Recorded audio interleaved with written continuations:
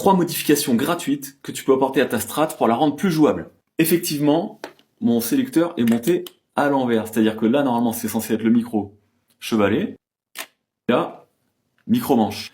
Moi, j'adore jouer sur le micro-manche, et le problème, c'est que quand je joue, j'ai tendance à taper dans le sélecteur et à revenir sur le micro chevalet. Très simple, tu dévisses ta plaque, tu dévisses juste ces deux vis-là, tu prends, tu retournes ton sélecteur, il y a assez de câbles normalement à l'intérieur pour que ça tire pas sur les soudures, tu remontes, et c'est réglé.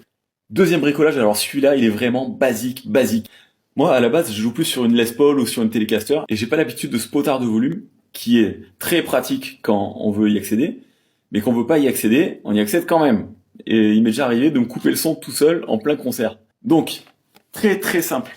Tu vois les bouteilles de bière avec le bouchon limonade? Sur le bouchon, il y a un joint en caoutchouc. Tu récupères ce joint et tu le mets sous ton bouton. Ça va juste créer de la friction supplémentaire contre le bouton qui va pas tourner aussi facilement. Si j'ai besoin de le manipuler, il marche toujours, mais j'aurai moins tendance à me couper le son tout seul.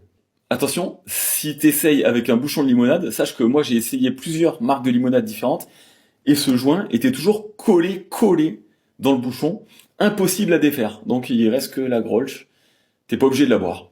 Troisième astuce, toujours gratos, si t'as un tournevis, tu sais le faire. Tu sais que normalement le vibrato d'une Strat il est fait pour être flottant, c'est-à-dire pour être décollé de la table. Je sais pas si tu vois, voilà, il est censé être comme ça pour pouvoir permettre de tirer sur la barre de vibrato pour monter ta note, ou appuyer dessus pour la descendre. C'est super si t'es fan de Jeff Beck ou de David Gilmour. Le seul inconvénient, c'est que si tu pètes une corde, vu que c'est la tension des cordes qui le tient flottant, s'il manque une corde, toutes les cordes elles vont être surtendues et tu vas être complètement désaccordé. Donc ce que j'ai fait, c'est que j'ai plaqué mon vibrato à la table. Je peux m'en servir plus que en appuyant pour descendre. Et l'avantage, c'est que si je pète une corde, bon, je la pète pas, mais je la détends. Là, par exemple, j'ai mon mi grave qui sert plus à rien. Et le reste de mes cordes est toujours accordé. Si tu veux que je te montre comment on fait, c'est très simple, tu me le dis en commentaire.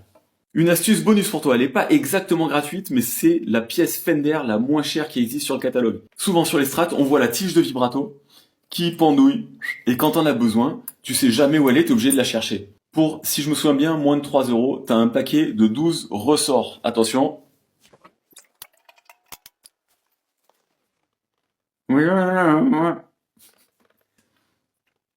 Tu mets ça dans le trou de ton vibrato. Tu mets ton vibrato, t'as pas besoin de serrer comme un bourrin. Et voilà, dans la position où il reste. Si tu veux d'autres astuces comme ça, qui vont te simplifier la vie et te sauver la mise sûrement en concert, tu me le dis en commentaire. Et si ça t'a plu, n'hésite pas à t'abonner.